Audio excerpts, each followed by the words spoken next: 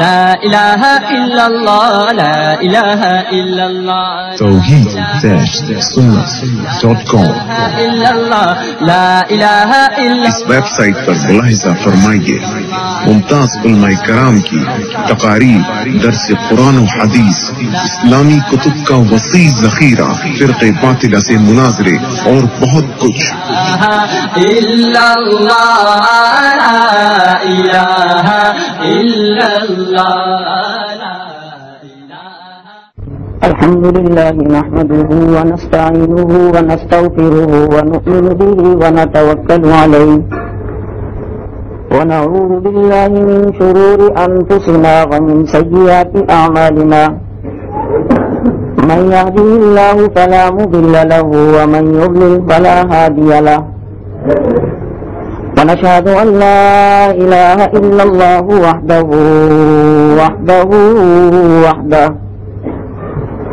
لا شريك له ولا نذير له ولا شفيع له ولا معين له ولا مشير له ولا وزير له ولا مثل له ولا مثال له صل على سيد الرسل وخاتم الأنبياء أما بعد فأعوذ بالله من الشيطان الرجيم بسم الله الرحمن الرحيم أَمَّنْ خَلَقَ السَّمَاوَاتِ وَالْأَرْضَ وَأَنزَلَ لَكُم مِّنَ السَّمَاءِ مَاءً فَأَنبَتْنَا بِهِ حَدَائِقَ ذَاتَ بَهْجَةٍ مَا كَانَ لَكُمْ أَن تُنبِتُوا شَجَرَهَا أَإِلَٰهٌ مَّعَ اللَّهِ بَلْ هُمْ قَوْمٌ يَعْدِلُونَ قَالَ تَعَالَىٰ فِي مَقَامٍ آخَرٍ قل لا أقول لكم عندي خزائن الله ولا أعلم الغيب ولا أقول لكم إني ملك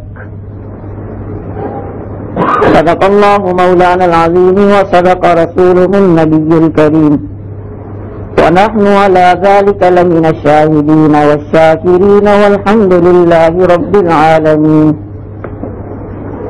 يا رب صل وسلم دائما أبدا على حبيبك خير الخلق كلهم هو الحبيب الذي ترجى شفاعته بكل حول من الأحوال مقتحم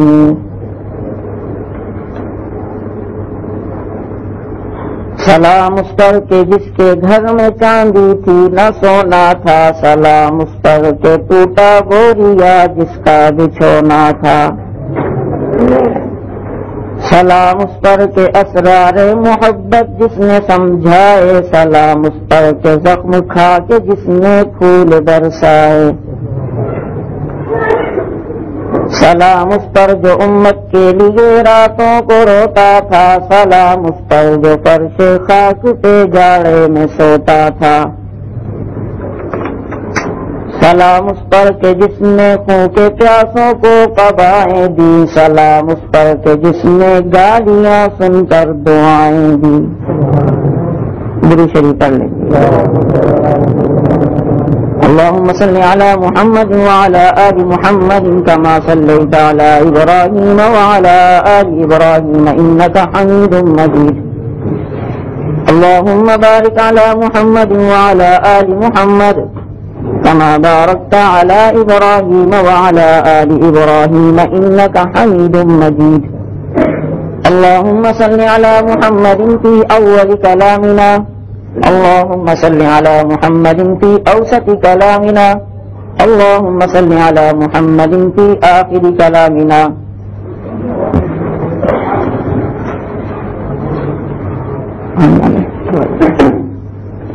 میرے واجب الاحترام محترم دوستو، آئے گی ایسی آئے گی انشاءاللہ کے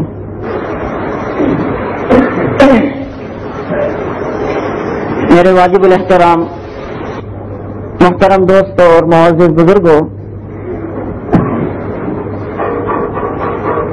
الحمدللہ اتوار کے اس درس کا سلسلہ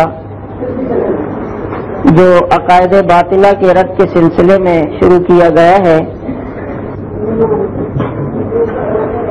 اللہ تعالیٰ سے دعا ہے اللہ تعالیٰ حق سچ کہنے کی، سمجھنے کی، اس پہ عمل کرنے کی، اس کو آگے پھیلانے کی توفیق نصیب فرمائے۔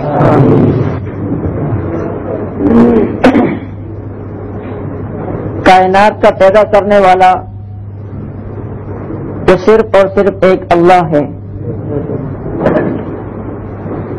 اور جب کائنات اس ایک اللہ نے پیدا کی ہے تو اس کائنات کے ایک ایک نظام کا چلانے والا بھی ایک اللہ ہے۔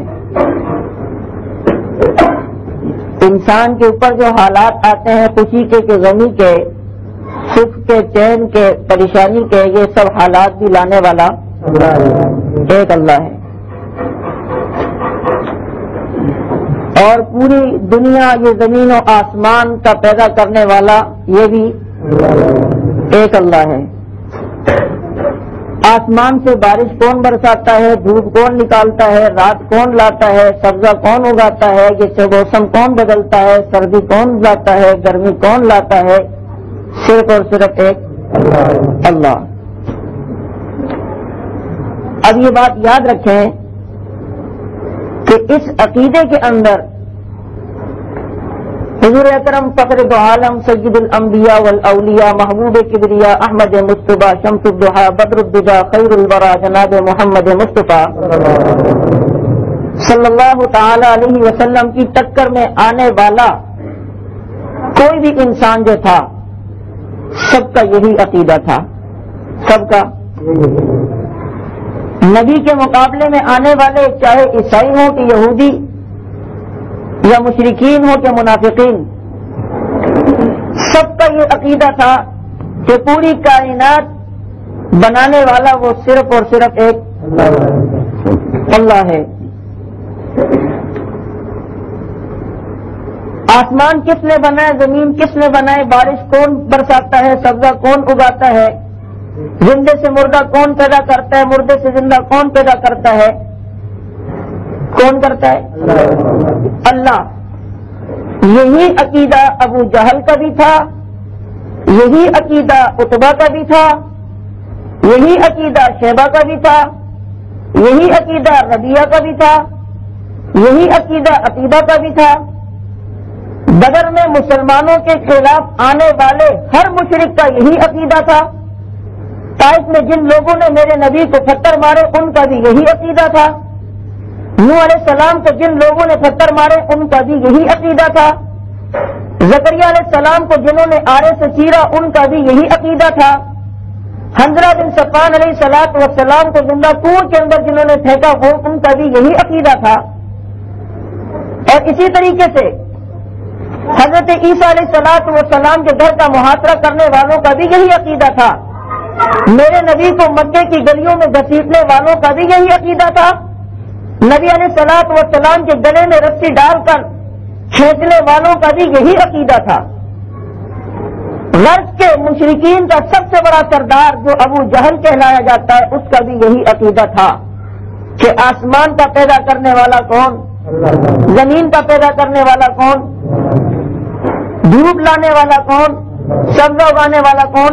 اللہ کہتا ہے ذرا ان سے پوچھو آسمان اور زمین کس نے بنائے، فَسَيَقُولُونَ اللَّهُ، ہر مشرک جواب دے گا کہ اللہ۔ أَمَّن يَبْدَأُ الْخَلْقَ، تمہیں پیدا کس نے کیا ہے، تو مشرک کہے گا اللہ۔ کون کہہ رہا ہے یہ؟ قرآن کہہ رہا ہے کہ ان سے جواب میں کون یہ کہے گا، مشرک یہ کہے گا یہ سارے کام کرنے والے اللہ کی ذات ہے۔ فَإِذَا رَكِبُوا فِي الْفُلْكِ دَعَوُا اللَّهَ، اللہ مشرکین کی یہ حالت بھی بیان کر رہے ہیں کہ جب کشتی میں بیٹھتے کشتی ڈوبنے لگتی تو دعوا اللہ مخلصین، اللہ کو پکارتے تھے۔ کس کو پکارتے؟ اللہ کو پکارتے۔ اللہ نے کہا ان سے پوچھیں امن یدبر الامر، مدبر دنیا کا کون ہے، تدبیر کرنے والا کون ہے، عالم کا مدبر کون ہے، تو فسیقولون اللہ، تو یہ مشرک کیا کہیں گے؟ اللہ۔ ابو جہل بھی کہتا تھا اللہ، عتبہ بھی کہتا تھا اللہ، شیبہ بھی کہتا تھا، ربیہ بھی کہتا تھا، عتیبہ بھی کہتا تھا، سارے ہی کہتے تھے کہ سارے کام کرنے والا کون؟ پھر ہمارے وہ ان سے دشمنی کیا ہے بھائی، پھر ہمارا ان سے اختلاف کیا ہے؟ یہ بات اچھی طرح سے نشین کر لیں کہ آج ہمارے بھائی یہ سمجھتے ہیں کہ جی مشرک تو اللہ کو مانتا ہی نہیں تھا، مشرک تو اللہ کو بالکل جانتا ہی نہیں تھا، وہ تو اللہ کا بالکل منکر تھا. اس طرح کی باتیں کرنا قرآن کے خلاف ہے. قرآن کہتا ہے کہ یہ مشرک جانتے تھے اللہ کو، ان کو پتا تھا آسمان اللہ نے بنایا، زمین اللہ نے بنائی، سورج اللہ نے بنایا، چاند اللہ نے بنایا. یہ سارا کام کرنے والا وہ کون ہے؟ ایک اللہ کی ذات ہے. تو پھر ہمارا ان کا آپس میں اختلاف کیا ہے؟ نبی کا اور ان کا آپس میں اختلاف کیا تھا؟ کس وجہ سے بدر ہوئی، کس وجہ سے عہد ہوئی، کس وجہ سے خندق ہوئی، کس وجہ سے حنین ہوئی، کس وجہ سے تبوک ہوئی، کس وجہ سے 27 غزوات میں نبی کو جانا پڑا، کس وجہ سے نبی نے صحابہ اکرام کو بھیجا ان سے لڑنے کے لیے؟ اختلاف آخر کیا تھا؟ اللہ کو وہ بھی مان رہے ہیں، ہم بھی کہتے ہیں آسمان بنانے والا اللہ، وہ بھی کہتے ہیں آسمان بنانے والا اللہ، ہم بھی کہتے ہیں زمین بنانے والا اللہ، وہ بھی کہتے ہیں زمین بنانے والا اللہ، ہم بھی کہتے ہیں سبزہ اگانے والا اللہ، وہ بھی کہتے ہیں سبزہ اگانے والا اللہ، ہم بھی کہتے ہیں بارش برسانے والا اللہ، وہ بھی کہتے ہیں بارش برسانے والا اللہ، ہم بھی کہتے ہیں چاند بنانے والا اللہ، وہ بھی کہتے ہیں چاند بنانے والا اللہ، ہم بھی کہتے ہیں سورج بنانے والا اللہ، وہ بھی کہتے ہیں سورج بنانے والا اللہ، ہم بھی کہتے ہیں ہمیں بنانے والا اللہ، وہ بھی کہتے ہیں ہمیں بنانے والا اللہ، ہم بھی کہتے ہیں عزت دینے والا اللہ، وہ بھی کہتے ہیں عزت دینے والا اللہ، ہم بھی کہتے ہیں ذلت دینے والا اللہ، وہ بھی کہتے ہیں ذلت دینے والا اللہ، ہم بھی کہتے ہیں فتح دینے والا اللہ، اور وہ بھی کہتے ہیں فتح دینے والا اللہ. تبھی تو بدر کے اندر نکلنے سے پہلے ابو جہل نے ہاتھ اٹھائے تھے اور یہ دعا کی تھی، اے اللہ اگر ہم دین والے سچے ہیں تو تو محمد کو تباہ کر کے رکھ دینا، اور اگر ہم جھوٹے ہیں تو ہمیں تباہ کر کے رکھ دینا. بدر میں نکلنے سے پہلے مشرکوں کے سردار ابو جہل نے اگر دعا مانگی تھی تو وہ اللہ سے مانگی تھی. عقیدہ ان کا بھی یہ ہے بتا دینے والا اللہ، عقیدہ ہمارا بھی یہ ہے بتا دینے والا اللہ. پھر اتنا تفاوت کیا کہ اللہ ان کے مقابلے میں آنے والے صحابہ کو رضی اللہ عنہ کی ٹکٹ دے رہا ہے اور ان کو اللہ تعالیٰ جہنم کی ٹکٹ دے رہا ہے. ان کے مقابلے میں آنے والے صحابہ کو اللہ اولئک هم المفلحون کہہ رہا ہے اور ان کے مقابلے میں آنے والے دشمن ان کو اللہ ناکام کہہ رہا ہے. جب اس عقیدے کے اندر وہ ہمارے ساتھ مشترک ہیں پھر ان کو مشرک کیوں کہا گیا؟ تمہارے اختلاف کیوں ہو گیا؟ میں آپ کا ذہن یہ بنانا چاہتا ہوں کہ مشرک اللہ کے وجود کا انکاری نہیں، مشرک اللہ کے وجود کا منکر نہیں ہوتا. آج ایک دن کے ماحول کے مشرک سے بھی پوچھ لو آسمان بنانے والا کون؟ وہ بھی کہے گا اللہ. زمین بنانے والا کون؟ وہ بھی کہے گا اللہ. بارش برسانے والا کون؟ وہ بھی کہے گا اللہ. عزت دینے والا کون؟ وہ بھی کہے گا اللہ.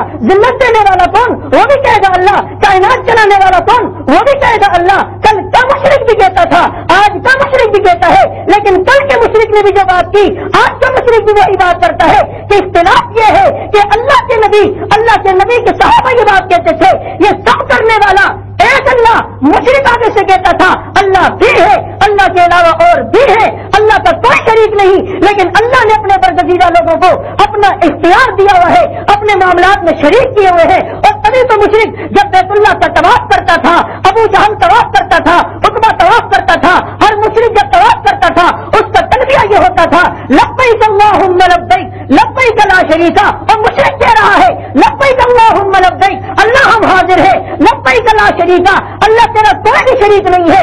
آگے مشرک ڈنڈی مار گیا، آگے پڑھتا ہے الا شریکن هو لك تملكه وما ملك، لیکن جن کو تو نے اپنے اختیارات دیے ہیں وہ تو تیرے ضرور شریک ہیں. یہ اختلاف ہے جو آج سے 1400 سال پہلے مسلمانوں کا تھا مشرکین سے، اور یہی اختلاف آج بھی مشرکین سے ہے. آپ کسی سے بات کریں گے کہیں گے یار ہمیں مشرک کہتے ہیں، ہمیں کہتے ہیں جی یہ شرک کرتے وہ کرتے. بھائی ہم کہتے ہیں کہ آسمان دیکھو اللہ نے بنایا، زمین اللہ نے بنائی، یہ شان صورت اللہ نے بنایا، سب اللہ اگاتا ہے. تو چھٹ کے دو بابا. ہمیں قرآن کہتا ہے کہ ابو جہل سے جب پوچھتے تھے تو وہ بھی یہی کہتا تھا کہ اللہ. لیکن تمہارے اندر ان کے اندر مشابہت کیا ہے کہ جب ابو جہل عتبہ شیبہ رضیہ کو میرے نبی فرماتے تھے کہ دیکھو کشتی میں جب ڈوبتے ہو تو ایک اللہ کو پکارتے ہو، لیکن یہ بات یاد رکھو بچانے والا ایک اللہ ہے. تو وہ کہتے تھے ہم مانتے ہیں اللہ ہے، لیکن اللہ نے اپنے اختیارات کچھ دیے ہوئے ہیں، اللہ کی کچھ برگزیدہ بھی ہے، اللہ کے کچھ پہنچے ہوئے بھی ہے، اللہ نے ان کو بھی اپنے اختیارات دیے ہوئے ہیں. تو لہٰذا وہ بھی کشتی بچاتا ہے اور جن کو انہوں نے اختیارات دیے وہ بھی بچاتے ہیں.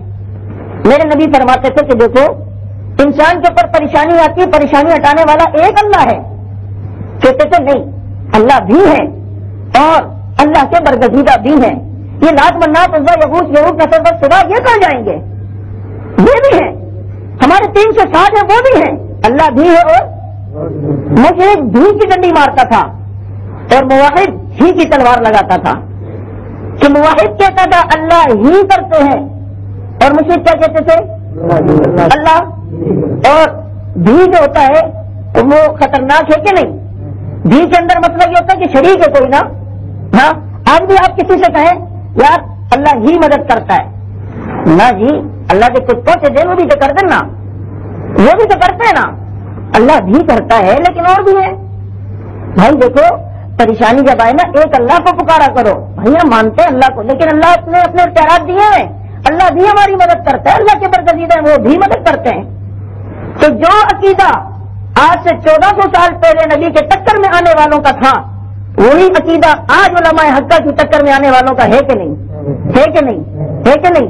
لیکن یہ بات یاد رکھو نبی کی ٹکر میں آنے والے مشرک نے کبھی بھی اپنے کسی بت کو داتا نہیں کہا تھا کہ سب کچھ دینے والا لات ہے، سب کچھ دینے والا منات ہے، سب کچھ دینے والا عزا ہے، سب کچھ دینے والا یغوث ہے، سب کچھ دینے والا یعوق ہے۔ انہوں نے کبھی اپنے معبودان باطلہ کو داتا نہیں کہا تھا، لیکن آج نبی کا نام لے کر اللہ کے برگزیدہ بندوں کو داتا بھی کہا جاتا ہے۔ داتا کا کیا معنی ہے؟ سب کچھ دینے والا۔ وَلِلَّهِ خَزَائِنُ السَّمَاوَاتِ وَالْأَرْضِ، آسمان اور زمین کے خزانے کس کے پاس ہیں؟ اللہ ہی کے پاس ہیں۔ وہ اللہ نہ چاہے خدا کی قسم زمین کے اندر سے ایک دانہ بھی سبزے کا نہیں اگ سکتا، وہ نہ چاہے آسمان کے اوپر سے ایک قطرہ بھی بارش کا نہیں برس سکتا۔ توحید-سنت.com تو یہ بات یاد رکھنا، یہ تمہیدی گفتگو میں نے اس لیے کی کہ ہمیں پتا چلے کہ مشرک اللہ کے وجود کا منکر، اللہ کا انکاری، اللہ تعالیٰ کا منکر مانتا تھا، لیکن ساتھ میں یہ سیدھا تھا کہ اللہ کے برگزیدہ ہے، اللہ نے ان کو بھی اپنے کچھ اختیارات دیے ہوئے ہیں، ان کو بھی کچھ اختیارات دیے ہوئے ہیں۔ تو اللہ نے فرمایا نبی اعلان کر دیں وَلَمْ يُشْرِكْ فِي حُكْمِهِ أَحَدًا، وہ اللہ اپنے حکم میں کسی کو بھی شریک نہیں کرتا، کسی کو بھی شریک۔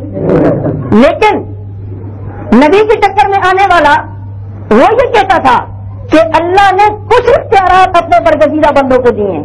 کون؟ کتنے اختیارات؟ کتنے اختیارات؟ کتنے اختیارات؟ کچھ۔ آج جو معاہدین کے ٹکر میں آنے والا طبقہ ہے وہ کہتا ہے کہ اللہ کے برگزیدہ بندوں کو تمام اختیارات اللہ نے دیے ہوئے ہیں، مختار کل ہے، مختار کل۔ آج میرا موضوع ہی مختار کل ہے۔ مختار مانے اختیار والا، کل مانا تمام۔ مختار کل کا مانا ہر چیز کا اختیار والا، ہر چیز کا اختیار۔ اور پھر خصوصیت کے ساتھ جناب محمد رسول اللہ صلی اللہ علیہ وسلم کا تذکرہ کیا جاتا ہے کہ آپ علیہ الصلوۃ والسلام خصوصی طور پر مختار کل ہیں۔ مختار کل کا مطلب سمجھ میں آ گیا یا نہیں؟ کیا مانا ہے مختار کل کا؟ تمام اختیارات۔ اب عقیدہ یہ ہے کہ اللہ نے اپنے تمام اختیارات جناب محمد رسول اللہ صلی اللہ علیہ وسلم کو دیے ہیں۔ جس چیز کو حلال کرنا چاہے کر سکتے ہیں، حرام کرنا چاہے کر سکتے ہیں، عزت کا اختیار، ذلت کا اختیار، فتح کا اختیار، شکست کا اختیار، دھوپ کا اختیار، جان کا اختیار، کائنات کے نظام کا اختیار، سارے اختیارات جو ہے وہ اللہ تعالیٰ نے حضور صلی اللہ علیہ وسلم کو دیے ہوئے ہیں۔ ہمارا اور موجودہ دور میں جس طبقہ ہے جن کا نام عموماً طور پر لوگ بریلوی کے نام سے جانتے ہیں، ہمارا اور ان کا اصل اختلاف وہ 5 چیزوں میں ہے۔ جو بڑے اختلافات ہیں وہ کتنی چیزوں میں؟ ویسے تو بہت ہیں لیکن جو بڑے ہیں وہ کتنے؟ ایک اختلاف ہے عالم الغیب کا، کہ ہم کہتے ہیں کہ عالم الغیب صرف اللہ، وہ کہتے نہیں اور بھی ہیں۔ ہم کہتے ہیں ہر جگہ موجود صرف اللہ، وہ کہتے ہیں اور بھی۔ ہم کہتے ہیں کہ حضور اکرم صلی اللہ علیہ وسلم تمام انسانوں کے سردار انسان ہیں، انسان ہیں۔ کہتے نہیں انسان نہیں ہے، ان کے والد محترم کو کوئی طرح والد انسان نہیں ہے تو بڑا غصہ آئے گا۔ حضور کو کہتے انسان نہیں ہے تو ہم بھی کرتے ہیں تو ہو جاتے ہیں بدنام، وہ قتل بھی کرتے ہیں تو چرچا نہیں ہوتا۔ تیسرا اختلاف چوتھا مدد کا ہے کہ ہم کہتے ہیں مافوق الاسباب مدد وہ صرف اللہ کر سکتا ہے، اور کہتے ہیں نہیں اللہ کے برگزیدہ بندے بھی ہیں۔ 5واں اختلاف مختار کل ہے، ہم کہتے ہیں اللہ نے اپنے اختیارات کسی کو بھی نہیں دیے، کہتے ہیں نہیں برگزیدہ بندوں کو دیے ہیں۔ اب سب سے پہلے نبی علیہ السلام کے بعد آنے والے نبی کا نام لے کر، جن لوگوں نے نبی کا نام لے کر دین کو بدنام کرنا چاہا، تو سب سے پہلے کون سا طبقہ تھا جس نے یہ عقیدہ گڑھا کہ اللہ نے اپنے بعض اختیارات اپنے بعض برگزیدہ بندوں کو دیے ہوئے ہیں؟ تو سب سے پہلے یہ عقیدہ گڑھنے والے اس امت کے اندر، ویسے تو پہلے سے چلتا ہوا رہا ہے، نوح علیہ السلام کے دور سے، نوح علیہ السلام کے دور سے لے کر آج تک جتنے بھی مشرک آئے ہیں سب کا یہی عقیدہ چلتا آ رہا ہے، سب کام کرنے والا تو اللہ ہے، لیکن اللہ نے اپنے کچھ اختیارات، یہ اصل اختلاف ہے ہمارا اور مشرکین کا، نبی علیہ السلام کا اور نبی علیہ السلام کے ٹکر میں آنے والے مشرکین کا اصل اختلاف یہ ہے کہ میرے نبی فرماتے تھے سارا کام کرنے والا اللہ ہی ہے، اور ان کے ٹکر میں آنے والے کیا کہتے ہیں؟ اللہ ہی ہے۔ تو بھی کا کیا مانا؟ کوئی اور بھی شریک ہے، یعنی دال میں کچھ کالا ہے۔ بھی کا مانا سمجھتے ہو نا، سمجھایا کئی مرتبہ۔ شوہر اپنی بیوی کو کہے بیگم صاحب تیرا شوہر کون ہے؟ وہ کہے تو بھی میرا شوہر ہے، تو کتنا شوہر کو اچھا لگے گا نا؟ ہاں، لیکن جب وہ کہے تو ہی میرا شوہر ہے تو اب ذرا دال کالی نہیں ہے، سفید دال ہے۔ پہلے جملے میں دال کچھ کالی نظر آ رہی تھی، سمجھ میں آیا کہ نہیں آیا؟ تو سب سے پہلے عقیدہ رکھنے والے وہ شیعہ ہیں۔ اصول کافی جو شیعوں کی معتبر ترین کتاب ہے، جس طرح ہماری بخاری ہے، اس طریقے سے ان کے اصول کافی ہے۔ اس کے اندر باب باندھا ہے، باب التفویض الی رسول اللہ صلی اللہ علیہ وسلم و الی الائمۃ علیہم السلام فی امر الدین۔ باب باندھا ہے کہ اللہ نے حضور صلی اللہ علیہ وسلم کو اور 12 اماموں کو اپنے کچھ اختیارات دیے ہوئے ہیں، اپنے کچھ اختیارات دیے ہوئے ہیں۔ سب سے پہلے عقیدہ نبی کا نام لے کر اور امت مسلمہ میں فتور ڈالنے کے لیے کس نے رکھا؟ شیعوں نے رکھا۔ اور پھر انہیں سے انہوں نے کہا 12 اماموں کو دیا ہے اللہ نے اختیارات، حضور صلی اللہ علیہ وسلم کو وہ پھر بھی 12 تک محدود تھے، لیکن ہمارے ان کے چچیرات بھائی وہ 12 سے بھی تجاوز کر گئے۔ وہ جہاں لال جھنڈی دیکھ لی کسی جگہ جھنڈا لہراتا ہوا، بابا یہ تو اللہ کا دیا ہوا اختیار ہے، اللہ نے اس کو بھی اختیار دیا ہوا ہے، ذرا جھولا ہلا کے آ جاؤ بچہ ہو جائے گا، کیونکہ میرے اختیار ہو جائے گا۔ اسی قبر سے ذرا اٹھا کے پتھر مارنا اپنے پیٹ پہ، دیکھو بچہ ہو جائے گا۔ اپنے پیٹ پہ نہیں، وہ بیوی کے پیٹ کا کہتے ہیں، ہاں کہیں آپ اپنے پیٹ پہ مارنا شروع کر دیں، کیونکہ بچہ جو ہے وہ عورت ہی سے ہوتا ہے، مرد سے نہیں ہوتا، ذرا خیال کرنا۔ تو یہ بات یاد رکھیں، یہ بات یاد رکھیں کہ اللہ کے برگزیدہ بندے اللہ سے اگر دل سے دعا کریں تو اللہ تعالیٰ ان کی دعا قبول بھی کر لیتے ہیں، قبول بھی اکثر مقامات سے قبول کرتے ہیں، لیکن ضروری نہیں ہے کہ اللہ تعالیٰ ان کی دعا ضرور قبول کرے، اور یہ بھی ضروری نہیں ہے کہ ان کی ہر دعا قبول ہوتی ہے۔ بعض لوگ یہ بات یاد رکھیں، انہی کے پیر اور بہت ہی محترم شخصیت ہے پیر مہر علی شاہ صاحب گولڑا شریف والے، جو ہے یہ گولڑا والے جو ہے وہ اپنی کتاب کے اندر کیا لکھتے ہیں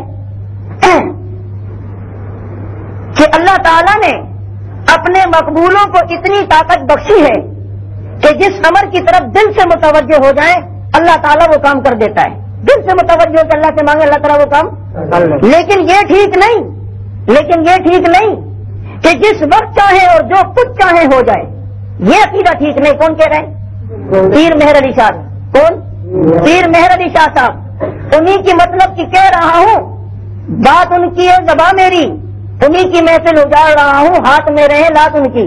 آگے پیچھے ہو گیا کچھ، اچھا جی۔ وہ کہتے ہیں کہ لیکن یہ ٹھیک نہیں کہ جس وقت چاہے اور جو کچھ چاہے ہو جائے، کیونکہ رسول علیہ الصلوۃ والسلام اپنے چچا کے واسطے یہی چاہتے تھے کہ وہ اسلام لائیں، اور ظہور میں ایسا نہ آیا، جس سے صاف پایا جاتا ہے کہ جب نبی کو کلی اختیار نہیں تو ولی کو کس طرح ہو۔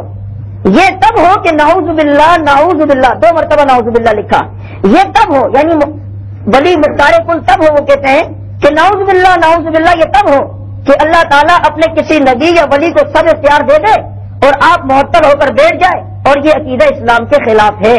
مکتوبات طیبات اور چشتیہ صفحہ نمبر 127 مطبوعہ لاہور، پیر مہر علی شاہ صاحب اپنی کتاب کے اندر یہ لکھتے ہیں کہ اللہ کے نیک ولی جب کسی چیز کی طرف دل سے متوجہ ہو اللہ وہ کام کر دیتا ہے، لیکن یہ عقیدہ رکھنا صحیح نہیں کہ جس وقت چاہے اور جو کچھ چاہے وہ کام فوراً ہو جائے، اس طریقے سے نہیں ہو سکتا۔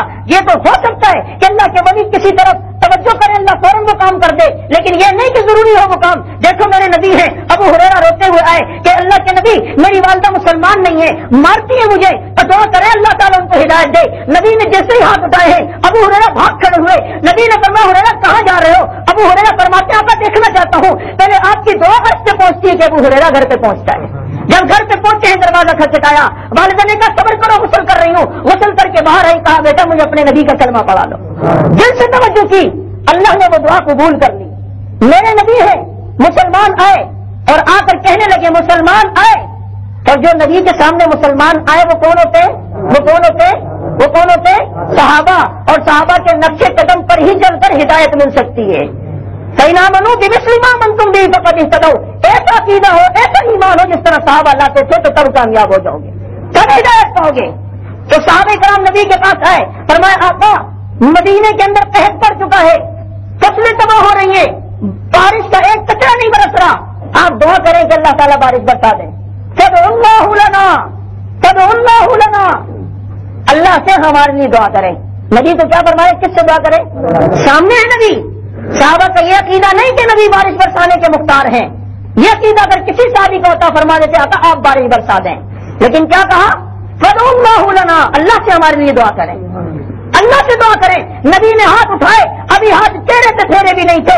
صحابہ فرماتے بادلوں کا نام و نشان نہیں تھا. خدا نے نبی کے ہاتھوں ٹوٹنے کی برکت سے مدینے کے اندر بادل بھیج دیے اور اتنی بارش ہوئی 3 دن تک کہ پھر دوبارہ صحابہ آئے اور پھر یہ دعا کی کہ اے اللہ کے نبی فَادْعُوا اللَّهُ لَنَا. ہمارے لیے یہ دعا کریں کہ مدینے کے اطراف میں تو بارش ہو لیکن مدینے کی بستی میں نہ ہو, اس لیے کہ اتنی بارش ہو چکی ہے کہ اب فصلیں تباہ برباد ہو رہی ہیں. دوبارہ ہاتھ اٹھائے تو صحابی فرماتے ہیں کہ نبی کے ہاتھ چہرے پہ پھیرنے سے پہلے خدا نے بادلوں کو مدینے سے دور کر دیا. اللہ تعالیٰ کے برگزیدہ بندے جب چاہیں دل سے تو بعض دفعہ اللہ دعا قبول کرتے ہیں. لیکن یہ جو کام ہوا ہے بادلوں کا جانا اور ابو ہریرہ کی والدہ کا مسلمان ہونا, یہ اپنے اختیار میں نبی کے اپنے اختیار میں نہیں تھا. بابا یہ عقیدہ رکھو. دیکھو یہ بات لوگ کہیں گے دیکھو نبی کے گستاخ ہیں, نبی کی نہیں مانتے, نبی کو نہیں مانتے. یہ تو ہر دور میں اللہ کے ماننے والوں کو موحدین کو یہی کہا گیا. جس نے بھی اللہ کی توحید بیان کی اس کو ہمیشہ نبیوں کا ولیوں کو گستاخ کہا گیا ہے. کہا گیا کہ نہیں؟ میرے نبی کو نہیں فرماتے تھے؟ میں نے کتنی بار ابو طالب کے پاس جو آئے تھے ابو جہل اینڈ کمپنی, سارے مشرک اعلیٰ حضرت کی قیادت میں آئے تھے اور اپنے اعلیٰ حضرت کو لے کر آئے ابو جہل کو اور کہنے لگا یہ کہ اپنے بتیجے کو سمجھا دو لا شتم ہمارے معبودوں کو گالیاں نہ دیا کرے. نبی گالی دے سکتے نہیں. ان کو کیا چیز گالی لگی تھی؟ یہی چیز ان کو گالی لگی تھی کہ میرے نبی فرماتے تھے اللہ نے اپنے اختیارات کسی کو بھی نہیں دیے, اللہ کے ساتھ کوئی بھی شریک نہیں, تو وہ ان کو گالی اور گستاخی لگتی تھی. الحمدللہ اللہ نے آج ہمیں نبی کی سنت پہ عمل پیرا ہونے کی توفیق دی ہے. وہ تانے جو آج سے 14 صدیاں پہلے مدینے میں چلنے والا مکے میں چلنے والے کالی کملی والی کو ملا کرتے تھے, آج وہی تانے اللہ کے نبی کے ماننے والے علماء حقہ کو مل رہے ہیں.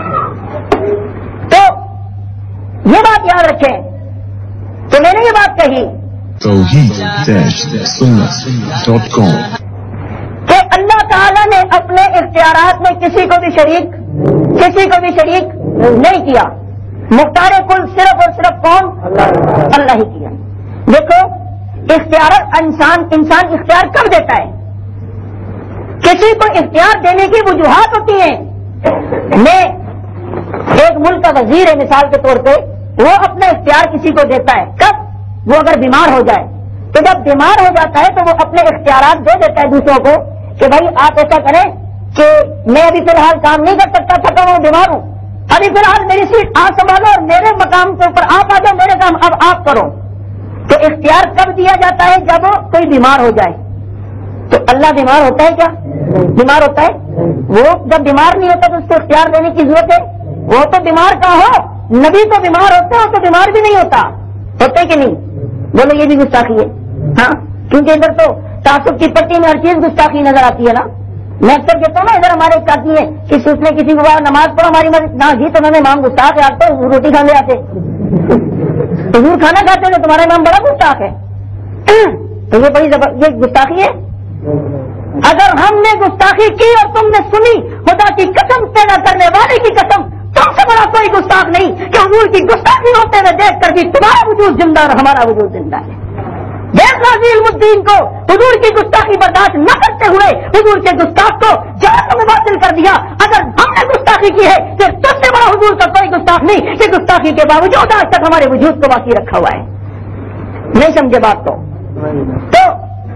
کیا بات کر رہا تھا؟ نبی بیمار ہوتے لیکن وہ بیمار وَإِذَا مَرِضْتُ فَهُوَ يَشْفِينِ. حضرت ابراہیم فرماتے جب میں بیمار ہوتا ہوں وہی شفا دیتا ہے. حضرت ایوب ہے بیمار ہے ربی انی مسنی الضر، اللہ مجھے تکلیف پہنچی آپ دور کر دیں. تو میں نے کہا اختیار کب دیا جاتا ہے؟ جب کوئی بیمار ہو یا چلو بیمار نہ ہو کوئی آدمی تھکا ہوا ہو، یار ابھی بہت تھکاوٹ ہے کام نہیں کر سکتا ہوں، تو اپنے اختیار دوسروں کو دے دیتا. بھائی ابھی میں نے اپنا اختیار تجھے دے دیا، تو میرے منصب پہ بیٹھ جا، تو جا کے جو کچھ فیصلہ کرے گا مجھے منظور ہے. میں نے اپنا مقام تجھے دیا، اپنے اختیار تجھے دیا، اپنی سیٹ اپنی کرسی اپنا عہدہ تجھے دے دیا ہے. کیونکہ میں تھکا ہوا ہوں ابھی. اللہ تعالیٰ بھی تھکتے ہیں، اللہ تعالیٰ بھی تھکتے ہیں. وہ تو تھکتا نہیں ہے، وہ تو ایسا ہے کہ آسمان اور زمین کو تھام کے بھی کہتا ہے بلا یعودہ حفظہما، ان کو تھام کے بھی نہیں تھکتا ہوں. اور جب میں تھکتا نہیں ہوں تو لا تأخذہ سنۃ ولا نوم، نہ اونگ آتی ہے اور نہ نیند آتی ہے. اچھا اب اختیار کون دیتا ہے تیسرے نمبر پہ؟ کہ جو سو جائے تو سو جائے. حالت جنگ کے اندر بعض دفعہ کمانڈر ان چیف سو جاتا ہے.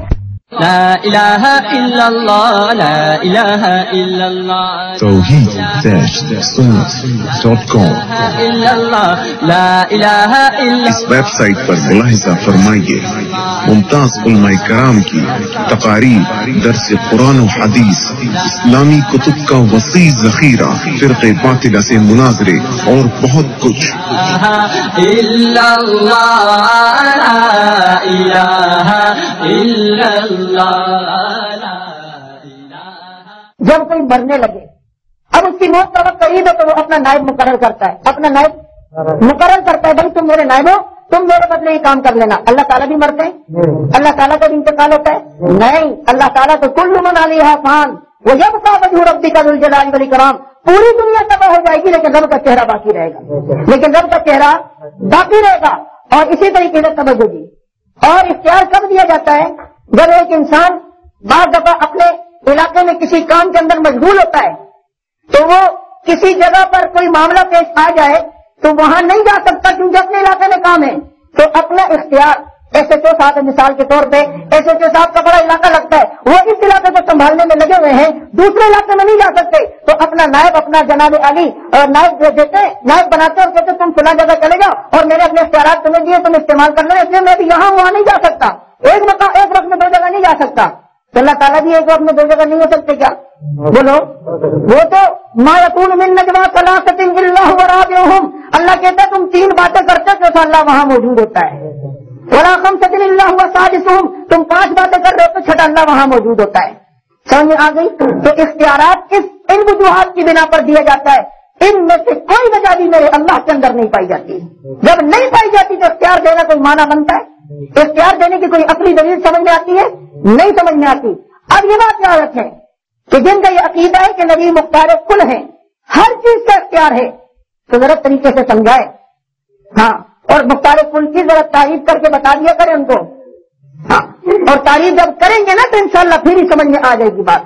یقین کریں کہ جلسوں کے اندر حاضر ناظر پر باتیں تو ہوں گی، تقریر تو ہوں گی، لیکن کبھی مولوی یہ نہیں بتائے گا کہ حاضر ناظر کا معنی کیا ہے. اس کو پتہ بتاؤں گا مجموعہ کے بعد جائے گا، ہم تو یہ مانتے ہی نہیں ہیں.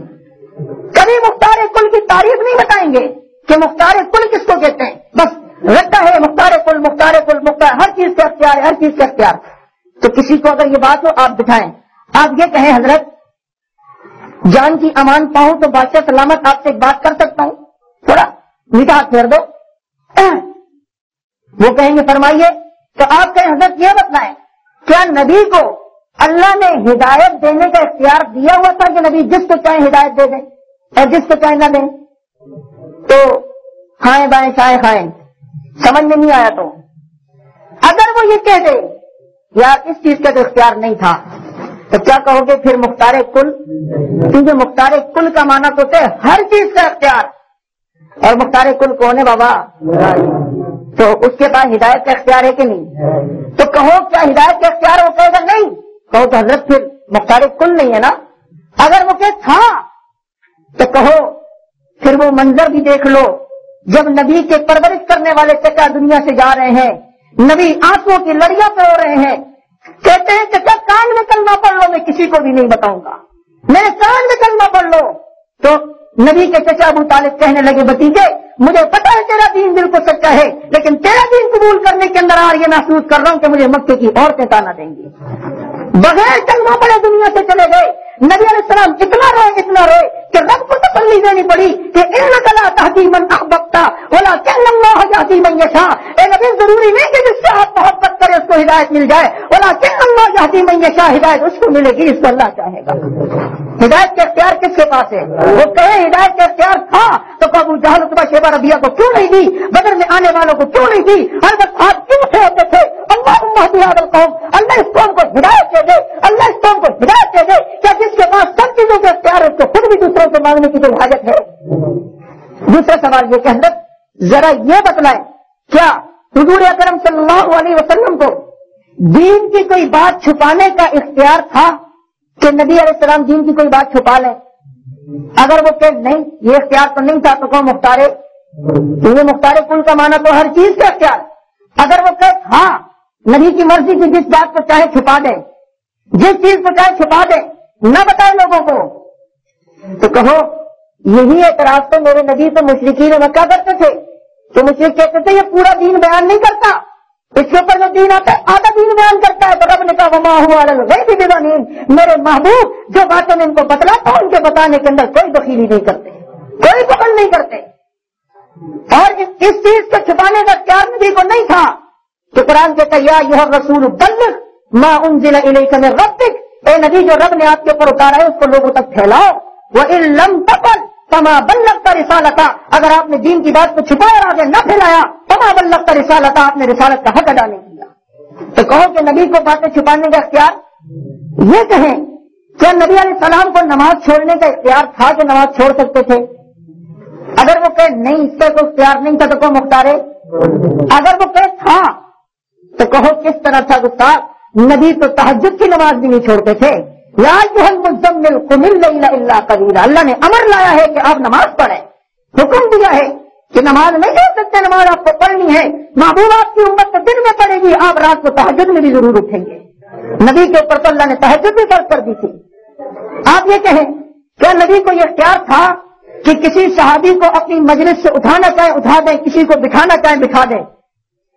تو وہ اگر کہیں کہ نہیں تھا تو کہو مختار کل, اگر وہ کہے تھا تو کہو قرآن کی ذرا اس آیت کا معنی ذرا مجھے سمجھا دو کہ جب نبی کے سامنے صہیب رومی بلال حبشی یہ غریب صحابہ بیٹھے تھے تو مشرکین آئے, بڑے بڑے قافلے والے آئے اور بڑے بڑے سردار آئے اور آ کر نبی کو کہنے لگے کہ جب تک یہ غریب آپ کی مجلس میں بیٹھے ہیں ہم اس وقت تک یہاں سے آپ کی بات نہیں سنیں گے, آپ پہلے ان کو یہاں سے ہٹائیں, یہ کل تک ہمارے غلام تھے, کل تک ہماری چپلیں سیدھی کرتے تھے, آج ہم ان کے سامنے بیٹھ کے دین کی بات سنیں گے, آپ پہلے ان کو بھگا دیں. نبی حریص تھے, چاہتے تھے کہ یہ مسلمان ہو جائے. نبی نے دل سے یہ اشارہ چاہا کہ یہ یہاں سے چلے جائیں.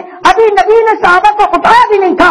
خدا کی قسم صحابہ کی عظمت خدا کے نزدیک اتنی ہے کہ ان لوگوں نے یہ کہا کہ ان کو اٹھا دو. نبی کے دل میں بھی ارادہ آیا, اللہ نے جبریل کو فوراً بھیجا, جا میرے محبوب کے پاس قرآن لے جا کہ وقت نفسک مع الذین یدعون ربهم بالغداة والعشی یریدون وجهه ولا تعد عیناک عنهم ترید زینة الحیاة الدنیا ولا تطع من اغفلنا عن قلبه ذکرنا. اے نبی ان صحابہ کو آپ کے سامنے جو بیٹھے ہوئے ہیں اٹھانے کی کوئی ضرورت نہیں, آپ ان کو یہاں سے نہیں اٹھا سکتے. ولا تطرد الذین یدعون ربهم بالغداة والعشی, ان کو نہیں اٹھا سکتے, اپنے سے جدا نہیں کر سکتے, ان کو یہیں بٹھا رہنے دو. اے اللہ اگر ان صحابہ کو میں نے نہ اٹھایا تو یہ تو کافر چلے جائیں گے, یہ تو مسلمان ہی نہیں ہوں گے, میری بات ہی نہیں سنیں گے. اے اللہ یہ تو پھر بات بھی نہیں سنیں گے. اے اللہ ان کو بھگانے کے اندر, ان کو اٹھانے کے اندر حکمت یہ ہے کہ ہو سکتا ہے یہ مشرک ہماری بات مان لے, اسلام لے آئے, کیونکہ بڑے بڑے سردار آئے ہوئے ہیں. اگر یہ سردار مسلمان ہو گئے تو پھر یہ مسلمان پورا طبقہ ہو سکتا ہے.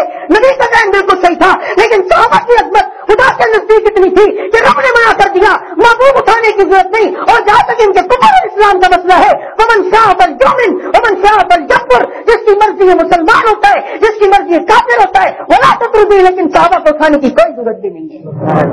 آج صحابہ کا دفاع جب کیا جاتا ہے تو لوگ کہتے ہیں جی ان کو برا نہ کہو جو صحابہ کو گالیاں دیتے ہیں, کیونکہ ان کو پھر جناب علی اسلام کی طرف لانا مشکل ہو جائے گا, یہ مشکل ہو جائے گا. اور صحابہ کے بارے میں حکمتیں برداشت کرتے ہو اور رب تو صحابہ کے بارے میں کوئی حکمت برداشت نہیں کرتا. حکمت نبی کی یہ تھی, یہ صحابہ پیچھے چلے گئے, یہ میرے دوست ہی ہے, تھوڑی دیر کے بعد دوبارہ بلا لوں گا, لیکن مشرک تو میری بات سن لیں گے. لیکن صحابہ کے دفاع کے معاملے میں خدا کو کوئی حکمت بھی پسند نہیں, خدا نے منع کر دیا. ولا تطردوا, ان صحابہ کو اٹھانے کی کوئی ضرورت نہیں. ومن شاء فلیؤمن ومن شاء فلیکفر, جس کی مرضی ہے مسلمان ہوتا ہے, جس کی مرضی ہے کافر ہوتا ہے. ہماری بھی پھر یہی بات ہونی چاہیے. ہم صحابہ کرام کی عزت و ناموس کے لیے اور کھڑے ہوں گے. اگر کسی کو سنی ہونا ہو، جس کو شیعہ ہونا ہے وہ شیعہ ہو کے بیٹھ جائے. یہ عین خدا کا فیصلہ ہے اور یہ عین دستور ہے خدا کا. بات سمجھ میں آئی کہ نہیں آئی؟ صحابہ کے بارے میں کوئی حکمت کی خدا کو برداشت نہیں ہے. ہاں آپ دیکھو نا، حضرت عبداللہ ابن ام مکتوم ہے، نابینا تابعی ہیں. حضور صلی اللہ علیہ وسلم کے پاس چند کفار قریش آئے ہوئے تھے، بڑے بڑے سردار.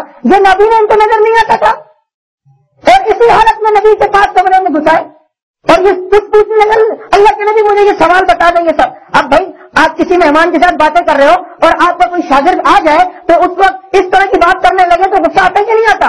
اور نبی غصہ کر سکتے تھے ان صحابہ پہ، کیونکہ استاد ہے، استاد کو حق ہے. لیکن صحابہ کے معاملے میں اللہ کو جتنا حساس ہے کہ نبی کا غصہ بھی صحابہ کے بارے میں اللہ تعالیٰ برداشت نہ کر سکے. اللہ نے فوراً قرآن اتار دیا، ابس وتولی ان جاءہ الاعمی وما یدریک لعلہ یزکا او یذکر فتنفعہ الذکریٰ. اے نبی آپ نے تیزی چڑھائی اور منہ پھیر لیا، آپ کو کیا پتا یہ جو آپ کے پاس آیا تھا کتنا اخلاص لے کر آیا ہے، اور جو آپ کے پاس پہلے سے موجود ہے کوئی اخلاص ان کے دلوں میں نہیں. اے محبوب ان کو آپ نے پیچھے نہیں کرنا تھا، ان کی بات کی طرف توجہ دینی تھی، اس لیے کہ ہو سکتا ہے یہ سمجھ جاتا. خدا کی قسم صحابہ کے معاملے میں اللہ تعالیٰ اتنا احساس ہے کہ کوئی حکمت بھی برداشت نہیں ہے. تو اب بتاؤ اگر نبی مختار کل ہوتے ہر چیز کا اختیار ہوتا تو اللہ کو تنبیہ کرنے کی ضرورت تھی؟ اللہ تعالیٰ کو بولنے کی کوئی ضرورت تھی کہ آپ نے کیوں اٹھایا اور ان کو کیوں بٹھا دیا؟ بھائی جب ہر چیز کا اختیار دیا تو نبی کی مرضی ہے جو کچھ بھی کرے. نہیں سمجھے؟ پھر نبی کی آپ یہ سوال کریں چوتھا یا پانچواں، کیا نبی کے ہاتھ میں فتح اور شکست کا اختیار تھا کہ نہیں؟ اگر وہ کہیں فتح اور شکست کا اختیار تو نبی کے اختیار میں نہیں تھا تو پھر کیا کہو گے؟ مختار کل نہیں ہے. اگر وہ تھا فتح اور شکست کا اختیار تھا تو آپ کہیں حضرت پھر جنگ احد کے اندر مسلمانوں کو شکست کیوں ہوئی ہے؟ جنگ احد کے اندر مسلمانوں کو شکست ہوئی ہے. نبی اتنا پریشان ہے جنگ احد میں شکست سے، کیا علیہ الصلوۃ والسلام کے بھی دندان مبارک شہید ہوئے، حمزہ جیسے جلیل القدر مخلص صحابہ کے بھی 12 ٹکڑے کیے گئے، 70 صحابہ کی بھی لاشیں بکھیرے گئے، کئی صحابہ زخمی ہوئے ہیں، مسلمانوں کو شکست ہوئی ہے. اگر نبی کے ہاتھ میں فتح اور شکست کا اختیار تھا تو پھر تمہارا یہ عقیدہ ہے کہ جناب علی نبی نے جان بوجھ کے صحابہ کو شکست دلوائی ہے. تو مختار کل صرف اور صرف کون ہے؟ اللہ کی ذات ہے. اللہ کے علاوہ کوئی بھی مختار کل آپ یہ کہیں کیا نبی کو مشرک کے لیے دعائیں مغفرت کرنا جائز ہے؟ نبی کو اختیار اللہ نے دیا ہے کہ کوئی مشرک مر جائے تو نبی ان کے لیے دعائیں مغفرت کرے؟ تو اگر وہ کہ نہیں، نبی کو یہ اللہ نے اختیار نہیں دیا، نبی کے لیے یہ بات اللہ نے نہیں رکھی کہ کسی مشرک کے مرنے کے بعد ان کی دعائیں مغفرت کرے، اگر وہ کہ یہ اختیار نہیں تو آپ کیا کہیں گے؟ مختارے وہ سمجھ میں بھی آ رہی ہے چابی انگلش میں کی کہتے ہیں، پھر کیا کہیں گے آپ؟ مختارے کل نہیں. اگر وہ کہ تھا جس مشرک کے بارے میں بھی چاہیں وہ دعا کر سکتے ہیں تو کہو حضرت ذرا یہ بات مجھے قرآن کریم کی سورۃ توبہ سے سمجھا دو کہ جب نبی کے چچا ابو طالب کا انتقال ہوا تو نبی نے اپنے چچا کی مغفرت کے لیے ہاتھ اٹھائے، اللہ میرے چچا کو معاف کر دے، اللہ میرے چچا کو معاف کر دے. نبی نے ایک مشرک کے لیے دعائے مغفرت کے لیے ہاتھ اٹھائے، خدا نے ہاتھ نیچے کروا دیے، فرمایا ما کان للنبی والذین آمنوا ان یستغفروا للمشرکین ولو کانوا اولی قربی. نبی اور مسلمانوں کے لیے جائز نہیں کہ مشرک کے لیے دعا کرے ولو کانوا اولی قربی، اگر چاہے وہ قریبی رشتے دار ہی کیوں نہ ہو. قریبی رشتے دار بھی کوئی مشرکانہ حالت میں مر گئے، اس حالت میں کہ اس کا عقیدہ حاضر و ناظر کا تھا، عالم الغیب کا تھا، مختار کل کا تھا، اللہ کے علاوہ دوسروں سے مدد کا قائل تھا، تو سمجھ لو اگر کا قریبی رشتے دار ہو اس کے لیے بھی دعا کرنا جائز نہیں ہے. اے نبی آپ اگر ان کے لیے ہاتھ اٹھائیں گے تو میں آپ کی دعا قبول نہیں کروں گا. تو پھر اللہ نے کیا فرمایا؟ استغفر لهم او لا تستغفر لهم ان تستغفر لهم 70 مرہ فلن یغفر اللہ لهم. اے نبی آپ اگر ان کے لیے 70 مرتبہ دعا کریں گے میں آپ کی دعا بھی قبول نہیں کروں گا. 70 مرتبہ نبی کو اللہ نے فرمایا آپ 70 مرتبہ بھی دعا کریں گے میں تب بھی آپ کی دعا مشرک کے بارے میں قبول نہیں کروں گا، اس لیے کہ میں نے اعلان کر دیا ہے کہ مشرک حتیٰ یعنی جمل کی سم الخیاط، جس طرح سوئی کے سوراخ سے اونٹ نہیں جا سکتا مشرک بھی کبھی جنت میں نہیں جا سکتا. اس لیے کہ گناہ کرنے والا میرا نافرمان ہے لیکن میرے ساتھ شرک کرنے والا وہ میرا باغی ہے، اور ملک کے قانون سے توڑنے والے کو معاف کیا جا سکتا ہے، ملک کے باغی کو کسی صورت میں بھی معاف نہیں کیا جا سکتا. یہ اللہ کی غیرت کا معاملہ ہے. جب کوئی انسان غیرت مند اپنی بیوی کے ساتھ دوسرے مرد کو دیکھنا بھی برداشت نہیں کر سکتا, خدا اپنے اختیارات اور اپنی ربوبیت الوہیت کے اندر کس طرح کسی کو برداشت کر لے گا؟ اگرچہ ایک کسی انسان کی بیوی کے ساتھ اس کا بہت پیارا, اس کا بہت محبوب ہی کیوں نہ کھڑا ہو, لیکن تب بھی اس کو غصہ آئے گا. یہ میری غیرت اور عزت کا مسئلہ ہے, اور خدا کی قسم یہ اللہ کی توحید بھی اللہ کی غیرت کا مسئلہ ہے. اگرچہ کتنا محبوب کیوں نہ ہو, اللہ نے اپنے اختیارات میں کسی کو بھی شریک نہیں کیا. سمجھ میں آئی یہ بات کی نہیں؟ ہم بڑا غیرتی ہیں, خدا غیرت نہیں. اور خدا کے اندر تو اتنی غیرت کہ نبی فرماتے میں غیرت مند ہوں, لیکن خدا سب سے بڑا غیرت مند ہے. تو اللہ تعالیٰ نے اپنے اختیارات کسی کو بھی, آپ کہیں گے نبی کو حرام و حلال کا اختیار تھا, جس چیز کو حلال کرنا چاہے حلال حرام کر دے, حرام کو حلال کر دے. اگر وہ کہ نہیں تو کیا کہو گے؟ کیا کہو گے؟ وہ سارے کل نہیں تھے. اگر وہ کہ تھا یہ اختیار تو کہو قرآن میں جو 28ویں سپارے میں سورۃ تحریم ہے, اللہ نے فرمایا یا ایھا النبی لم تحرم ما احل اللہ لک, آپ حلال چیزوں کو حرام نہیں کر سکتے. کون کہتا ہے؟ کون کہتا ہے؟ اللہ کہتے ہیں. کس کو کہہ رہے ہیں؟ نبی کو. صاف قرآن میں آ رہا ہے, لیکن پھر بھی یہ عقیدہ میں حیران ہوتا ہوں, پھر بھی کہتے ہیں ہم قرآن کو مانتے ہیں. اور یہی وجہ ہے کہ ان کی کسی مسجد کے اندر درس قرآن آپ کو نہیں ملے گا. اگر درس قرآن کریں گے تو یہ قرآن میں 1000 توحید کی آیتیں کہاں جائیں گی؟ پھر یہ مختار کل کے عقیدے کہاں جائیں گے؟ لہذا قرآن تو نہیں ملے گا. بلے شاہ کے قصے تو ملیں گے, قاضی شاہ کے قصے تو ملیں گے, لیکن اللہ کا قرآن نہیں مل سکتا. یہ تو ملے گا کہ فلاں نے یہ کیا, فلاں نے وہ کیا, یہ ہوا تھا تو وہ ہو گیا, وہ ہوا تھا تو یہ ہو گیا. میں نے اس سے سنا ہے کہ یہ بات ہوئی تھی, میں نے اس سے سنا, سنی بات ملے گی. توحید-sunnah.com. لیکن اللہ کا قرآن نہیں مل سکتا. تو میں نے یہ کہا کہ اللہ نے صاف قرآن کریم میں نبی علیہ الصلوۃ والسلام کو فرمایا حلال اور حرام کا اختیار آپ کے پاس. ایسے کئی سوال و جوابات ہیں, کئی زندگی رہی تو اور سوالات بھی آپ کو بتاؤں گا. یہ پوچھو, اگر یہ جواب دیا تو اس کا یہ جواب دو, یہ دیا تو. لیکن اگر سمجھنے والا وہ ہوا نا تو ان 2-3 جو میں نے 6-7 بتائے اسی سے انشاءاللہ سمجھ جائے گا. دیکھو, جو نبی کو عالم الغیب مانتا ہے, ہر چیز کا جاننے والا مانتا ہے, وہ اللہ کی وحی کا منکر ہے. نہیں سمجھے؟ وہ اللہ کی وحی کا کیوں کہ نبی کے پاس وحی آتی تھی, نبی کو تب پتا چلتا تھا. نبی کو ذالک من انباء الغیب نوحی الیک ما کنت تعلمها انت ولا قومک من قبل ھذا. اے نبی, یہ جو نبیوں کے قصے ہیں وحی کے آنے سے پہلے نہ آپ جانتے تھے نہ آپ کی امت جانتی تھی. قرآن کہتا ہے کہ جو ہر چیز کو جاننے والا مانے تو پھر وہ یہ عقیدہ رکھتا ہے کہ نبی کی وحی کا منکر ہے, کہ وہ پھر وحی کو نہیں مانتا. اور عقیدہ کا قاعدہ کہ جی نبی تو صاحب قرآن ہے اور دنیا میں آتے ہی قرآن جانتے تھے. آپ مجھے بتائیں, حضرت جبریل علیہ السلام جو پہلی وحی لے کر آئے تھے اور فرمایا تھا اقرا, نبی کو فرمایا اقرا, تو نبی نے کیا فرمایا تھا؟ ما انا بقاری, میں پڑھا ہوا. ساری حدیثوں میں یہ پڑھ سنا ہے کہ نہیں؟ سب نے یہ سنا ہے. لیکن حضرت والا کیا فرماتے ہیں کہ جب نبی کو یہ فرمایا گیا اقرا, تو نبی نے جبریل کو فرمایا میں پڑھوں, میں پڑھنے کے لیے تھوڑی پڑھانے کے لیے آیا ہوں, میں پڑھنے کے لیے تھوڑی پڑھانے کے لیے آیا ہوں. کیا نبی نے فرمایا تھا؟ یہ فرمایا تھا. میرے نبی نے فرمایا من کذب علی متعمدا فلیتبوأ مقعده النار, او کما قال, میری طرف کوئی ایسی بات منسوخ کرے جو میں نے نہیں کی, اپنا ٹھکانہ جہنم بنا لے. جو نبی کو ہر جگہ موجود مانتا ہے وہ نبی کی ہجرت اور معراج کا منکر ہے. کیونکہ ہجرت تو کہتے سے ہے, نبی نے اپنا شہر چھوڑا, مکہ اور مدینے چلے گئے, تو ہر جگہ جو موجود ہوتا ہے وہ تو ہر جگہ.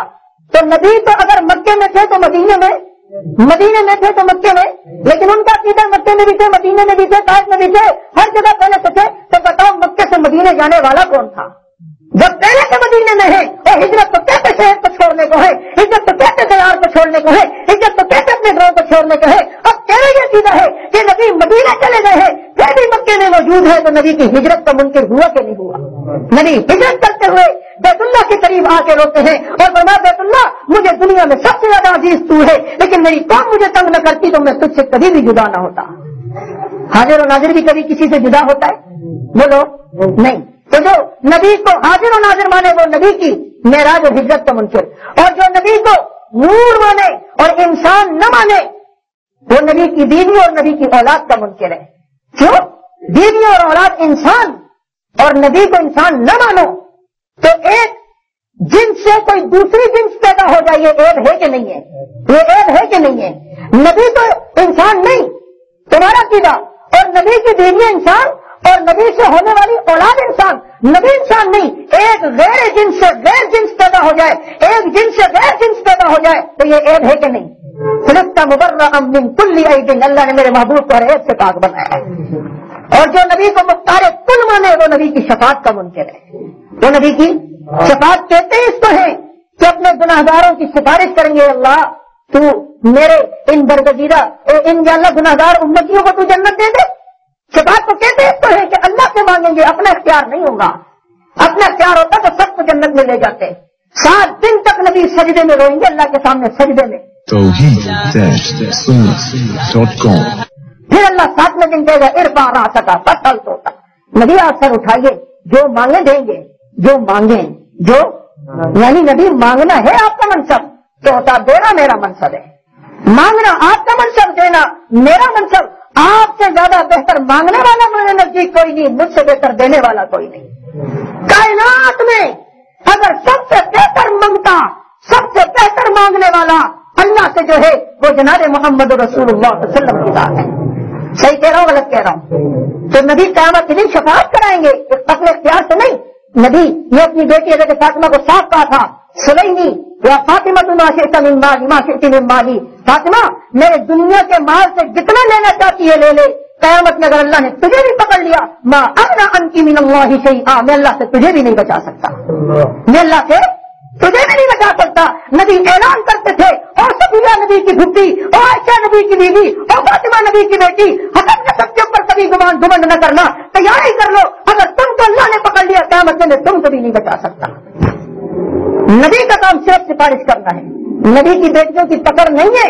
حضرت پاک جس طرح یہ حدیث سنائی جائے نا فوراً اشتہار دلائیں گے، تو دیکھو نبی کی بیٹی کو کیسا سمجھ لیا، گناہگار سمجھ لیا نا، بھائی نبی نے فرمایا نا، ہم تو نہیں کہہ رہے، کس نے فرمایا ہے؟ جہاں تک نبی کی بیٹی کا مسئلہ ہے وہ تو ایسی جنتی ہے کہ جنتی جنت میں ہوں گے، ان کو روشنی آئے گی کہ اللہ اتنی روشنی تو ہم نے کبھی سنا نہیں کہ جنت میں سورج ہے، ہم نے تو سنا ہی نہیں تھا کہ جنت میں سورج ہے، یہ سورج کہاں سے آ گیا؟ کہیں گے اللہ جنت میں سورج نہیں ہے بلکہ علی اور فاطمہ مسکرا رہے ہیں، ان کی دانتوں کی یہ روشنی ہے، یہ مرتبہ ہے۔ نبی کے پاس سے گنہگار آئیں گے، خائن، نبی فرماتے ہیں کہ قیامت کے دن ایسے لوگ آئیں گے جو خیانت کرنے والے ہوں گے، چور ہوں گے، تو وہ آئیں گے میرے پاس اور قیامت کے دن کہیں گے اب سنی یا رسول اللہ، اب سنی جس کا اردو میں ترجمہ بنتا ہے المدد یا رسول اللہ، اب سنی کا مطلب ہوتا ہے میری مدد کیجیے، تو اب سنی یا رسول اللہ کا کیا ترجمہ ہوا؟ المدد۔ تو قیامت میں بھی خائنوں کا یہی نعرہ ہے، آج بھی دین کے خائنوں کا یہی نعرہ ہے، نہیں سمجھے؟ وہ بھی قیامت کے دن اب سنی یا رسول اللہ، اللہ کے رسول ہماری مدد کیجیے، تو نبی فرماتے جب وہ مجھے کہیں گے تو میں کہوں گا میں نے اپنی حجت پوری کر دی، میں نے تمہیں دنیا میں سب کچھ سمجھا دیا تھا، تم نے کام کیوں کیا، تم اپنا کام خود جانو۔ سمجھ میں آئے گئی بات کہ نہیں آ گئی؟ تو اللہ نے اپنے اختیارات میں کسی کو بھی شریک نہیں کیا، کوئی نبی بھی اللہ کے اختیارات میں شریک نہیں ہے۔ میرے دوستو اگر انبیاء اللہ کے اختیار میں شریک ہوتے تو حضرت ابراہیم 83 سال اللہ سے اولاد نہ مانگتے، اپنے آپ کو خود اولاد دے دیتے۔ حضرت زکریا 120 سال اولاد نہ مانگتے، خود اپنے آپ کو اولاد دے دیتے۔ حضرت یوسف علیہ السلام جناب علی زلیخا کے چنگل میں پھنستے تو بچ جاتے اور پھر ان پہ تہمت نہ لگتی، کبھی جیل میں نہ جاتے، اگر اختیار ہوتا تو جیل سے باہر ہو جاتے۔ اگر انبیاء کے پاس اختیار ہوتا تو یعقوب علیہ السلام 40 سال تک یوسف علیہ السلام سے جدا رہے، آپس میں مل جاتے۔ اگر انبیاء کے پاس اختیار ہوتا تو ابراہیم علیہ السلام کے نماز میں پھینکا جا رہا تھا تو ابراہیم علیہ السلام آگ کو گلے گلزار کر دیتے۔ اگر انبیاء کے پاس اختیار ہوتا تو حضرت زکریا علیہ السلام کبھی بھی آرے سے نہیں چیر دیے جاتے، حضرت عبداللہ بن سلمان علیہ السلام کبھی بھی جناب علی کنواں میں زندہ دفن نہ کیے جاتے۔ اگر انبیاء کے پاس اختیار ہوتا تو حضرت یونس علیہ السلام کشتی میں کبھی بھی ڈوبنے نہ لگتے، مچھلی کے پیٹ میں کبھی بھی نہ جاتے، وہ اپنی کشتی کو بچا لیتے۔ اگر انبیاء کے پاس اختیار ہوتا تو نوح علیہ السلام کا سگا بیٹا کنعان آنکھوں کے سامنے ڈوب رہا ہے اور نوح علیہ السلام اللہ سے کہتے ہیں اللہ میرے بیٹے کو بچا لو، اللہ کہتے ہیں نہیں سمجھنا اے نوح یہ تیرے عہد میں سے نہیں ہے، تیرا بیٹا نہیں ہے، تیری وجوہات میں سے نہیں ہے تو تیرا بیٹا، لیکن رشتے جو ہوتے ہیں وہ دین کے ہوتے ہیں، یہ منافق ہے مسلمان نہیں، تیرا بیٹا بچ نہیں سکتا۔ اور اگر انبیاء مختار کل ہوتے تو کنعان سامنے ڈوب رہا ہے، نوح علیہ السلام ان کو بچا لیتے۔ انبیاء کے پاس اختیار ہوتا ایوب علیہ السلام جسم کی بیماری کو صحیح کر لیتے، اتنے عرصے تک پریشان نہ ہوتے، اللہ سے دعائیں نہ کرتے، ربی انی مسنی الضر، اللہ مجھے تکلیف پہنچی بچا لے۔ انبیاء کے پاس اختیار ہوتا، حضرت عیسیٰ علیہ السلام جب جنگل میں پھنسے ہیں، محاصرے میں پھنسے ہیں تو باہر نکل آتے۔ انبیاء کے پاس اختیار ہوتا، نبی کو کبھی پتھر پتھر نہ لگتے, نبی کو مکے کی گلیوں میں نہ گھسیٹا جاتا, ابو جہل مسلمان ہوتا, ابو طالب مسلمان ہوتا, تاج سے پتھر نہ لگتے, اور میں شکست نہ ہوتی, حضور صلی اللہ علیہ وسلم کی بیٹی کو کبھی طلاق نہ ہوتی, حضور صلی اللہ علیہ وسلم کی بیوی کو کبھی توبت نہ لگتی. اگر انبیاء علیہ السلام کے پاس اختیار ہوتا کبھی بھی نبیوں کو کوئی تکلیف نہ پہنچتی. لیکن ہم یہ دیکھتے ہیں ہر نبی کی آزمائش آئی ہے, اور آزمائش بھی اعلیٰ درجے کی آئی ہے, اور آزمائش انہیں کے اوپر آتی ہے جو اللہ کے اختیارات میں شریک نہیں ہوتے. سمجھ میں آئی بات کہ نہیں آئی؟ اختیارات کس کے پاس ہے؟ میں اکثر یہ بات کہتا ہوں, بار بار کہتا ہوں توحید-sunnah.com کہ حضرت ابراہیم علیہ السلام ہے, بیٹے کی گردن پہ چھری چلا رہے ہیں. چلانے والا نبی ہے کہ نہیں؟ جس کی گردن پہ چھری چل رہی ہے وہ بھی نبی ہے کہ نہیں؟ دو نبی کیا چاہتے ہیں؟ ایک نبی چاہتے ہیں گردن کاٹوں, دوسرے نبی چاہتے ہیں گردن کٹواؤں. ایک نبی چاہتے ہیں خون نکالوں, دوسرے نبی چاہتے ہیں خون نکلواؤں. ایک نبی چاہتے ہیں ذبح کروں, دوسرے نبی چاہتے ہیں ذبح کرواؤں. ایک نبی چاہتے ہیں ذبح ہو جاؤں, ایک نبی چاہتے ہیں ذبح کر دوں. ایک نبی چاہتے ہیں چھری چل جائے, دوسرا نبی چاہتے ہیں چھری چلوا دے. دو نبی چھری چلوانا چاہتے ہیں. دو نبیوں کی چاہت یہ ہے کہ چھری چلے. کیوں نہیں چلی؟ کیوں نہیں چلی؟ بولو, وہ نہیں چاہتا نا. تو پتہ چلا کہ دو نبی بھی اگر کسی چیز کا چاہ رہے ہوں, وہ نہ چاہے, خدا کی قسم ہوگا وہ جو وہ چاہے گا, ہوگا وہ. دو نبی کسی اور جگہ بھی چاہتے ہیں. یعقوب علیہ السلام چاہتے ہیں یوسف علیہ السلام سے ملوں, یوسف علیہ السلام چاہتے ہیں یعقوب علیہ السلام سے ملوں. دو نبی چاہتے ہیں لیکن کتنے سال تک جدا ہوئے, مل نہ سکے. دو نبی چاہتے ملے. کون نہیں چاہتا؟ کون نہیں چاہتا؟ اللہ نہیں چاہتا. جب اللہ نہیں چاہتا تو پھر کیا ہوا جو کون چاہتا تھا؟ حضرت موسیٰ علیہ السلام چاہتے ہیں بنی اسرائیل سدھر جائے. حضرت موسیٰ علیہ السلام کے بھائی ہارون علیہ السلام بھی چاہتے ہیں بنی اسرائیل سدھر جائے, ان کی مستیاں ختم ہو جائیں. ختم ہوئی. دو نبی کی چاہت ہے لیکن کس کی چاہت نہیں؟ کس کی چاہت نہیں؟ اللہ کی چاہت نہیں. ابراہیم علیہ السلام چاہ رہے ہیں کہ لوط علیہ السلام کی قوم بدفعلی چھوڑ دے. لوط علیہ السلام بھی چاہ رہے ہیں میری قوم بدفعلی چھوڑ دے. لیکن دو نبی چاہ رہے ہیں پھر بھی بدفعلی نہیں چھوڑی. کون نہیں چاہتا؟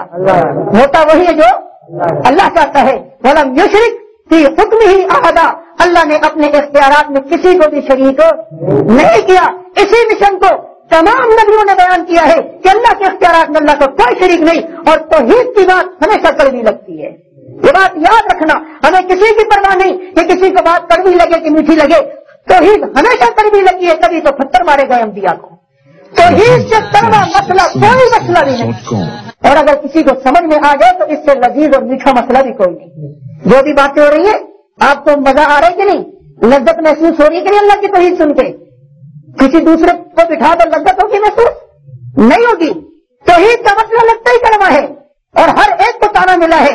حضور صلی اللہ علیہ وسلم کو بھی تانے ملے, انہوں نے آپس میں لڑوا دیا. آپس میں لڑاتے ہیں, یہ آپس میں لڑاتے ہیں. ابو ولید حضور کے پاس نہیں آیا تھا اور حضور کو کہنے لگے آپ نے ہمارے کو آپس میں لڑوا دیا ہے, بھائی بھائی کو دست کو گربان کر دیا ہے. آپ چاہتے کیا ہو؟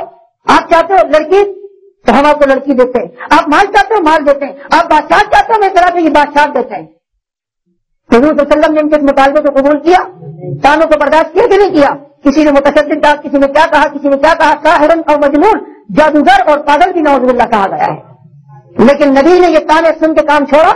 میرے دوستو, توحید کی دعوت کو لے کے اٹھو, اور جہاں تک ہو سکے, ممکن ہو سکے, جس طرح ممکن ہو سکے, جس انداز میں ممکن ہو سکے, تو پھیلانے کی بھرپور کوشش کرو. کریں گے کہ نہیں؟ ہمارے ذریعے سے ایک سب کا عقیدہ صحیح ہو گیا, ہماری نجات کے لیے کافی ہے. حضور نے حضرت علی کو فرمایا علی تیری وجہ سے ایک سب کو نجات مل جائے, تیری نجات کے لیے کافی ہے. ہر وقت فکر ہو کس طرح یہ بات پورے عالم میں پھیل جائے کہ ہر جگہ موجود اللہ, علام الغیوب اللہ, مختار کل اللہ, مسجود اللہ, دستگیر اللہ, داتا اللہ, مختار کل اللہ. یہ بات پھیلانے کی کوشش کرنی کہ نہیں کرنی؟ تو اپنے ساتھ اور ساتھیوں کو بھی لانے کی کوشش کریں گے کہ نہیں کریں گے؟ ہاں, اللہ تعالیٰ نے سمجھنے کی, عمل کرنے کی توفیق نصیب فرمائے. یہ بات یاد رکھیں. جزاک اللہ. جب میں نے یہ کہا کہ مشرکین مکہ کا بھی یہی عقیدہ تھا اور آج بھی لوگوں کا یہی عقیدہ ہے, تو وہ بھی مشرک ہے. اور کہنے میں جھجک نہ محسوس کرو, جس کا یہ عقیدہ آج ہو وہ بھی مشرک ہے. وہ بھی جب مشرک ہے, مشرک سے نکاح جائز ہے, شادی جائز ہے. اور یہ بات یاد رکھو, قربانی آنے والی ہے. بات کڑوی لگے کہ سچی لگے, میرا گربان قیامت کے دن نہ پکڑو. تو مولانا جب مسئلہ پتا تھا, بتایا کیوں نہیں, ہماری قربانیاں کیوں ضائع کروائی؟ مولوی کا کام صرف وضو کے فرائض اور غسل کے فرائض بتلانا نہیں, قوم کو فتنوں سے آگاہ کرنا بھی کام ہے. میرے نبی نے فرمایا اذا ظهرت الفتن والبدع وسبت اصحابی, جب فتنے پھیلنے لگے, بدعت پھیلنے لگے, وسبت اصحابی, میرے صحابہ کو گالی دی جانے لگی, تو عالم کا کام ہے اپنے علم کو پھیلائے. وان لم يفعل, اگر عالم اپنے علم کو چھپائے گا اور شرک و بدعات پر رد نہیں کرے گا، صحابہ کا دفاع نہیں کرے گا، اللہ کے نبی فرماتے لعنت اللہ علیہ والملائکۃ والناس اجمعین، ایسے عالم پر اللہ کی لعنت، فرشتوں کی لعنت، پوری انسانیت کی لعنت۔ تو قربانی کے اندر جس کا یقین ہو کہ اللہ کے علاوہ کوئی اور بھی عالم الغیب ہے، ہر جگہ موجود ہے، مختار کل ہے اور نبی کے بشریت کا منکر ہے اور غیر اللہ سے بھی استمداد اور مدد کا قائل ہے، قربانی میں اپنے ساتھ ملانا جائز نہیں۔